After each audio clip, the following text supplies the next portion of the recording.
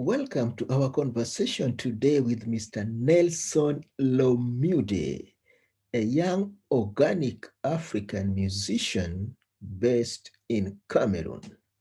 This young man here has just released a fantastic and inspiring song titled Ubuntu.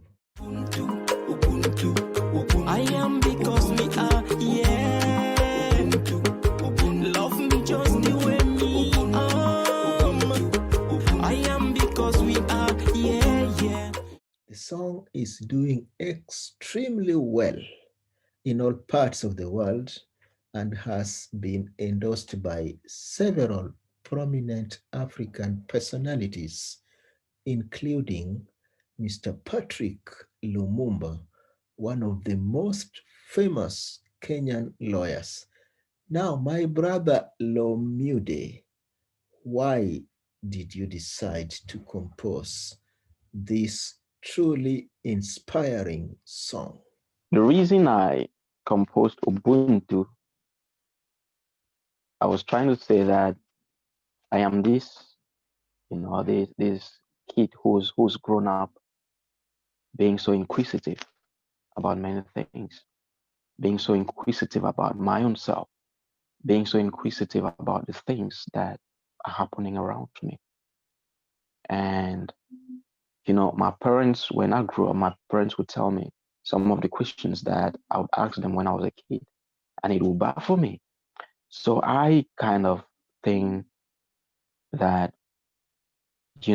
this critical nature of mine led me into composing this song, because I came to understand, like, why are we here?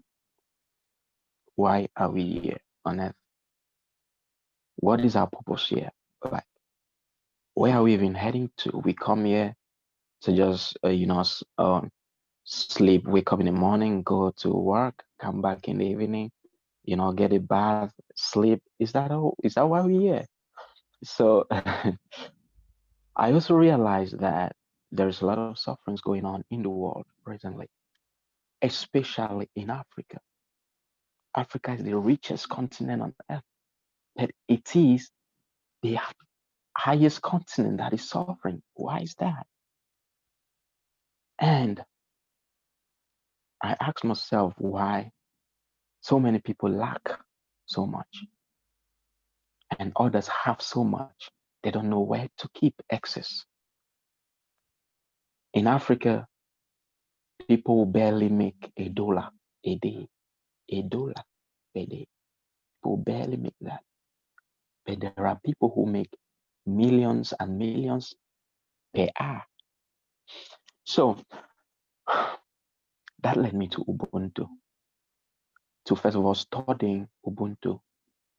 And Ubuntu actually cuts beyond what you hear in the song. But I just wanted to give what every layman, any person can be able to understand, center the song around love and, sharing, loving and sharing. If we could decide that I have enough, but I would love to share. Tell me, brother, what you doing to save your life today? Tell me, what you doing to save the world? The world will be a better place, better place. If we care for one another, the world's gonna be a better place, better place. If we love and share. Ubuntu, Ubuntu, Ubuntu. I am because me are, yeah. So I came up with this song to push everybody to get into this paradigm where our purpose is not centered around what we can do for ourselves, but around what we can do for others, do more for others. Like I said, if you read my ebook, right, there is an episode there that I wrote about building a better world. And in that, I made, a statement that if everything you do is for yourself, then you actually are doing nothing. So I understood that the generation which we are in, everybody is fighting to see what they can do for themselves. And that is why there is so much frustration. There is so much.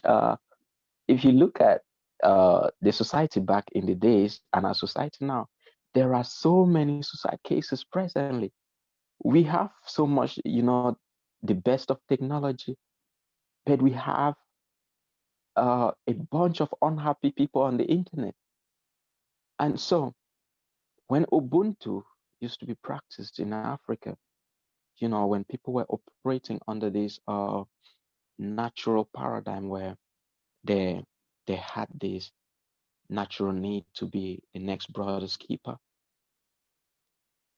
people were living in communities of, we had communities of happy people that, they didn't have money. What was money? Money cannot give you true happiness, but it can give you true happiness if you use the money to empower others. And that is Ubuntu coming into place. So back in the day, there was so much, we had this communalism was strengthened, and we had Ubuntu, we had people, happy people everywhere, people who got the best out of life. That's not what is happening in this generation. So I'm actually letting my people understand that we are going to get the best out of life, get life's true meaning, and live in balance, live in balance. When we start, to center our purpose, not on what we do for ourselves, but on what we do more for others. That is Ubuntu, loving and sharing with the next person beside you, seeing the next person beside you like you see yourself. I tell myself that Ubuntu is empathy and altruism combined. There are some people that will say we need an empathy revolution in the world presently, but you see that Ubuntu surpasses just empathy. It is empathy and altruism combined. And so at the end of the day, this is the paradigm I'm actually letting my people to get back into. And that is the message I'm conveying in the song Ubuntu.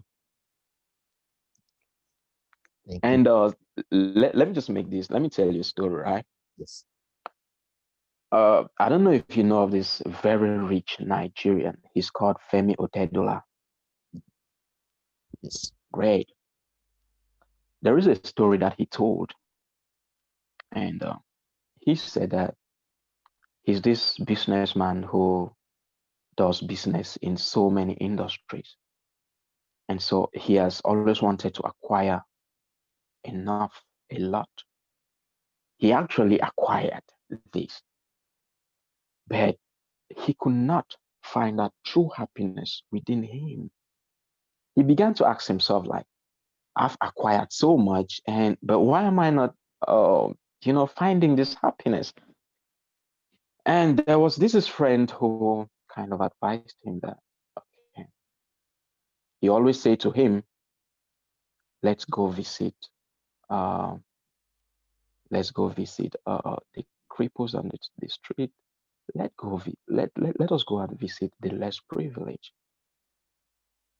So one day he decided now he heeded to the demands of his friend, and they bought wheelchairs. Wheelchairs. They went to somewhere where they found these crippled people, these handicapped people, and he shared these wheelchairs to them. And he said that the peace, the balance he had that day, he has never experienced it all his life. And so that is what we should be using the resources at our disposal to do, to empower others. Because when we empower others, when our life's purpose is centered around, is defined by doing more for others than ourselves, we actually, work within the human support system and discover life's true meaning and live in balance. Happy, happy, They deserve to be happy. Rani, Rani, Rayo mitongwe wewe. Yabie, yeni mumwe. Himi, vujala ni mumwe. What's the message you are trying to convey through this song? Okay. First of all, everybody should understand that Ubuntu is the divine law of nature.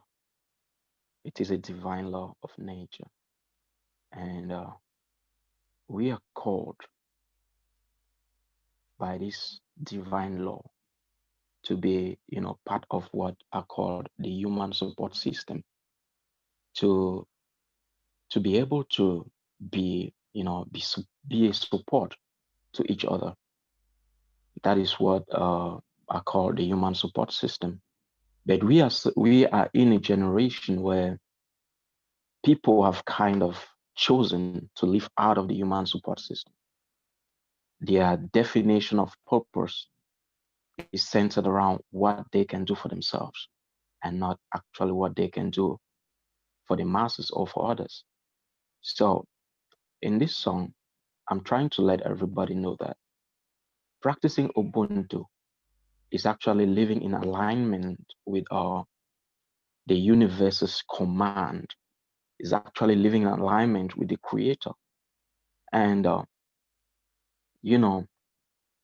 I'm also trying to make people understand that to be able to get the full meaning out of life and experience what life truly is about without getting frustrated at any point in time, your purpose shouldn't be centered around what you can do for yourself, but about what you can do for others without any strings attached. And so that is the main, or those are the main messages that I'm trying to convey to the public. Knowing that Ubuntu is a divine law, and to live by it is to actually live in alignment with the Creator, and knowing that our purpose, we can only get life's true meaning when our purpose is being centered around what we can do more for others than for ourselves. That's the message I'm conveying. Yeah, thank you very much. Now, looking at the African countries, do you have a feeling that we've lost the Ubuntu spirit? Okay, we haven't lost it. First, the thing is that you cannot lost what is naturally there, because there are things that are there naturally. You may only isolate yourself from them, but you will never lost it. They are still there. It is for you now, after a long period of isolation, that you may realize yourself and decide to say, okay, I've realized myself. I've understood now that I'm not living in balance and I'm not getting the best out of life. I need to get back into Ubuntu. Ubuntu is, is always there, and should, like I say to myself every day, should be the biggest priority of every African. Ubuntu. It is there. We haven't lost it. We should go back to it. Yeah. And how can we go back to it? Okay. When you look at the African continent presently and Africans all over the world, sorry, we are living out of our natural paradigm. We are living out of our natural paradigm, and our natural paradigm is being called the organic paradigm, the organic African paradigm. So presently, we are living out of this paradigm. To get back into Ubuntu and into our natural paradigm, because getting back into this natural paradigm is actually getting back into Ubuntu and every other principle, every other philosophy that this natural paradigm embodies. So we need to actually learn to look at everything, look at the world from the African lens. From the African lens. That is our biggest mistake presently on earth, the Africans, because we are not looking at the world from the lens of the Africans. We are looking at the world from the lens which perhaps has been given to us to look at life from. And so to go back into the organic African paradigm is to know self, is to know self, know who you truly are. When you get deep into knowing who you are as an African, why you are here as an African, you are getting back into that natural paradigm, that organic paradigm. And every philosophy that this natural paradigm embodies, it will come onto you naturally. Yeah, that's interesting. Now, generally, how is the current situation in Cameroon? Cameroon, has been experiencing an upheaval since 2016. 2021 will be leading us into the fifth year. And it is so, I don't know how to describe it, but it is so aching that our own people are killing our own people, are killing ourselves. And in my ebook, the Organic African, Independent Thought Series, Volume 1, I wrote in an episode that stop killing you, stop killing you. First, you need to understand that Africans as a whole, we come from one source. We come from one source, and we are being defined by one, one source, by that very source. The fact that we are all made up of melanin, which is a driving force of all life, that should be what should unite us, because there is more to melanin than uh, our biology books will give us. There is more to melanin than that. And so it actually pains me that we in Cameroon presently, we are killing ourselves, because to kill another Black person is to kill your own self. And the situation, it's kind of, I will not say it's normalizing, but I will say the rate at which it was back 2016, 2017, right up to 2019, is not the same at that level, I would say that it has kind of subsided. And if it should continue to subside like this with you know, with all the stakeholders coming into their reason to see that we are one people, and so we should kind of get to the table and get meaningful dialogue, we sure will get a solution to this. Yeah, and do you think there is a possibility of getting out of this situation sometime soon? The thing is that there is nothing that is permanent. And so no matter the level at which we may be inside this problem at the moment, a solution is coming. A solution is coming. We don't know what can happen tomorrow. There are a lot of things that we understand that may happen tomorrow. But things may just change the next minute, and we have a solution. We have a solution. If we had a meaningful dialogue before now, I strongly believe that we would have had a solution long ago. But because we haven't had a meaningful dialogue, there was a dialogue, but I won't call that a meaningful dialogue, because not everybody was caught on the table. For a dialogue of that magnitude, to be successful and for a solution to come out of it, everybody involved must be called to the table. And so because not everybody was caught, we cannot get a meaningful outcome or meaningful result out of it. It's going to change, definitely. It's going to change. We are going to get a solution any moment from now. It's just to be that optimistic and also putting in mind that nothing lasts forever.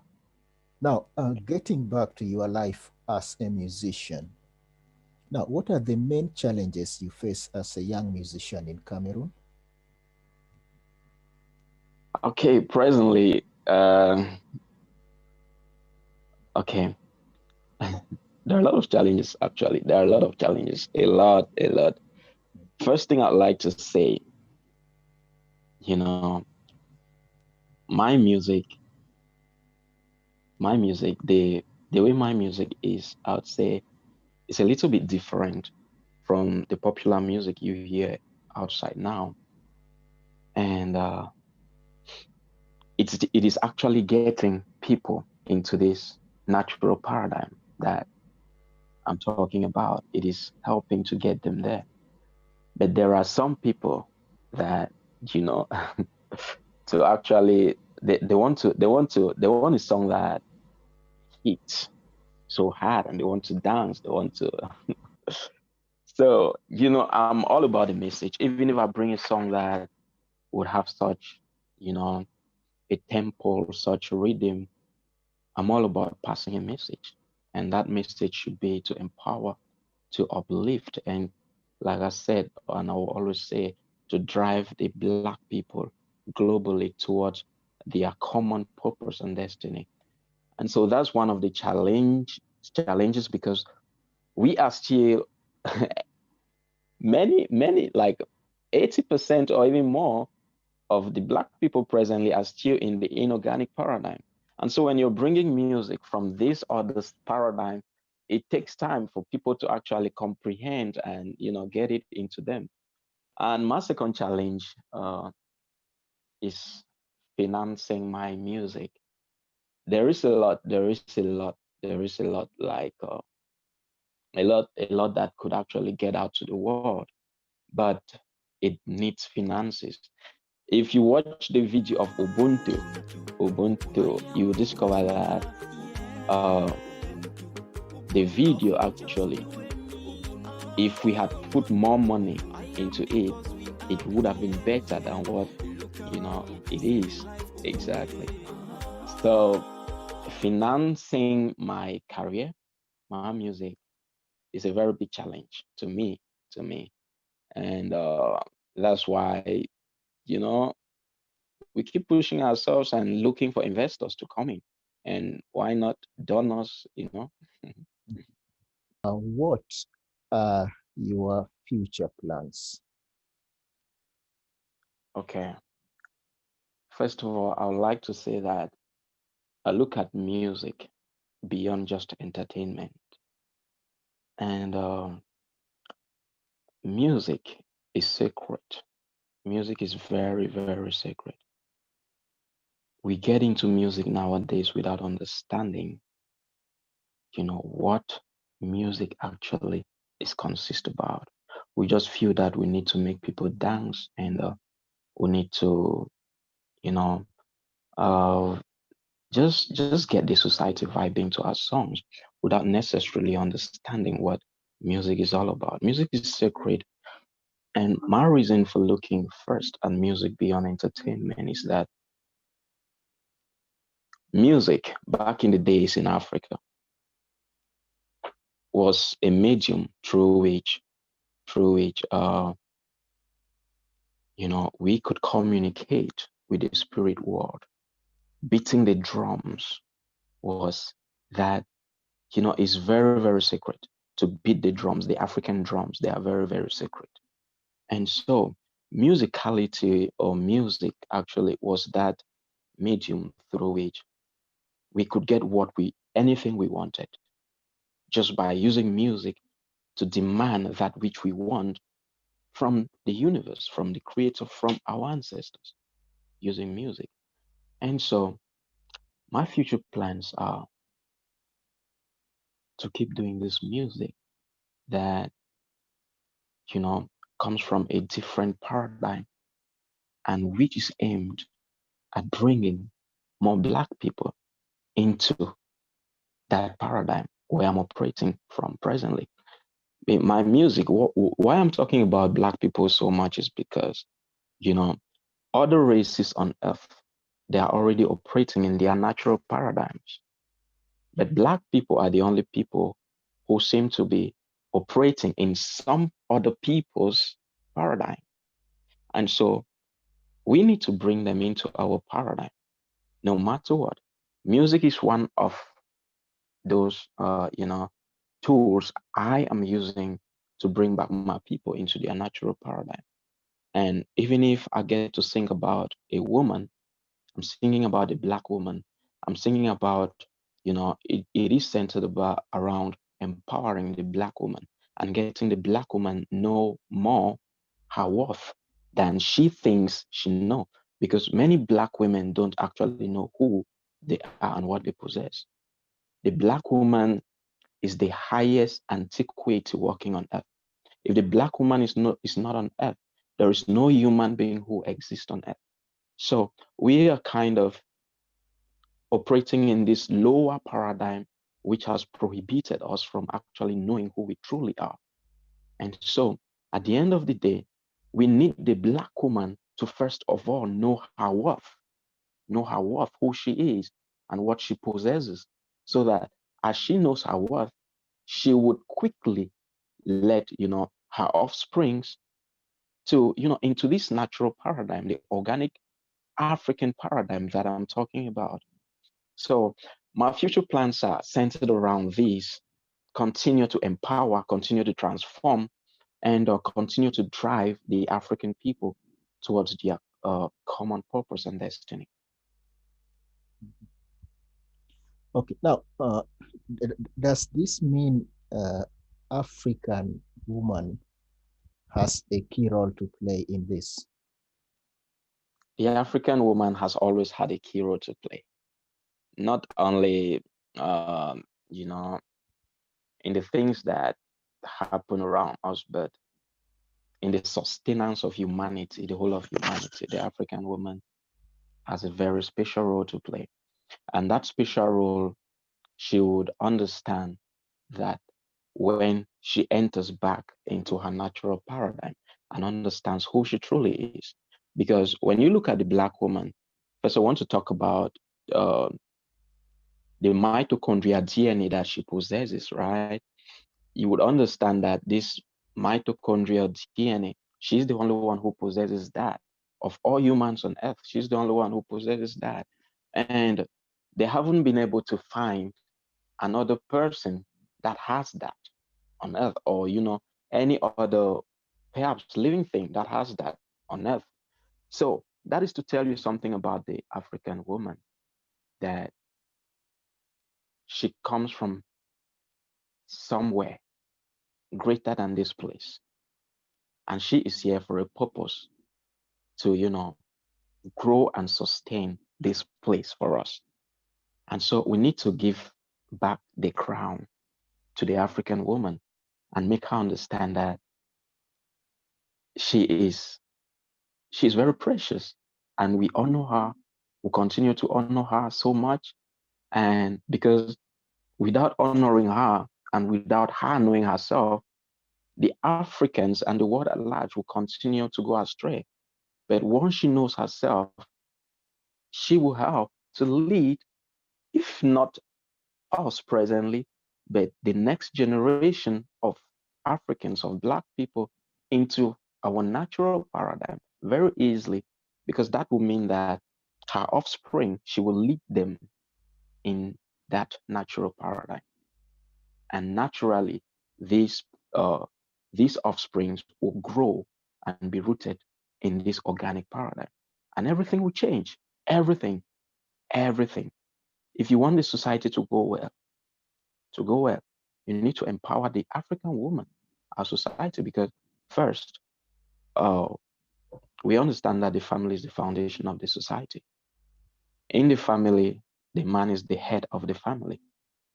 But without the African woman, the man cannot even function well in the family. So she has a lot that she plays.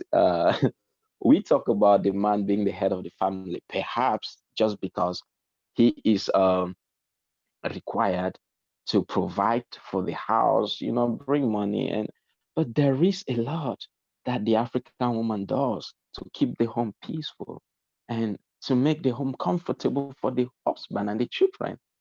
And so if we must allow our society to go right, we must empower the African woman to go right. And so she has a very great role to play in the stability of Africa and the true functioning of our race in general. Yeah, but do you think our African men will allow this to happen? The first thing is that they are not allowing that to happen because they too have no knowledge of who the African woman is. But somebody who has that knowledge of who the African woman is, if he's the one wearing the crown, he will remove that crown and give to the African woman that take this crown. It is your crown. And so they are going to allow it when they are being vested with this knowledge. Africa, from time immemorial, used to be, a matrilineal society. It is quite unfortunate that presently everything is being centered around a man, and we uplift the man more than the woman in everything. That is not our natural paradigm. And these things and more are happening because we are not operating in this natural paradigm that I'm talking about. Once we start operating in this natural paradigm, which I encourage everybody to, get into this natural paradigm, I would like, I would like to tell you that uh, there is this movement. It is called the Organic African Paradigm that I am a member of. And the Organic African Paradigm, in the Organic African Paradigm, we decolonize Africans globally, we transform Africans globally, and we empower Africans globally through, three dimensions of soul, science, and intelligence. Soul, science, and intelligence. So we are trying to get every African into this organic African paradigm. And the solutions to Africa's problems will come naturally. Naturally. It is not money that Africa needs so much to be where they have to be. No, it is not money. We may need money, but it is not money that's going to solve our problem. If you bring all the money on earth today and put in Africa, it's not going to solve our problems. We need to get back into this natural paradigm, and everything will fall back into place naturally. So once the African man start operating in this paradigm, he will remove the crown and give to the African woman and bow before the African woman. Yes, now bearing this in mind, what is your specific message to African men and to African women? My message to Africans globally is that we have been living in, a paradigm that is not ours for so long. And 2021 actually is a new era completely for the African race, for the Black race. It's a new era because when you look at the emancipation that is taking place all over the world in Black communities on the continent, it's so huge. And that tells you something. 2021 is a different era completely. We have lived in the inorganic paradigm for so long, and there is this natural occurrence that is happening that is actually bringing us back into our senses and leading us into that organic paradigm. So my message to our Blacks all over the world is that we should be us. We should be us. We cannot get the true meaning out of life if we don't actually know who we are. And in whatever you're doing as a Black person, let it center around, you know, getting yourself and every African empowered and leading them towards this Black or African common destiny. So I would say here that in the organic African paradigm, we are helping Blacks all over the world to get to know themselves and get back into this natural paradigm. And we are welcoming every Black person on earth. It is kind of, a sacred movement when I say sacred, to say sacred actually means something that is divine, something that is divine. And this is the mandate of the Creator for the African people. There are a lot of things that our minds are focused on presently, which we think that they are going to get us out of, I would say, the bondage that we are in. But none of those is going to actually get us out. But us getting to know ourselves, who we are, why we are here as a race. And that is my main message to the African people. In whatever you're doing, try to get another African, be empowered by that which you're doing, to be able to let another African know who he is, so that gradually we will get back into this natural paradigm and experience the greatness, so much greatness that, can even surpass that which our African ancestors of Kemet, they experienced when they were here, when they were building the civilizations. That's my message for Black people. Good. Thank you very much, Mr. Nelson Lomude, for this inspiring conversation. We hope to have you again on our show sometime in the future. Thanks so much. Anytime. I'm always here. You need me anytime. You have my number. Just hit my line. I'll be here with you. Thank you very much. Thank you. It's been a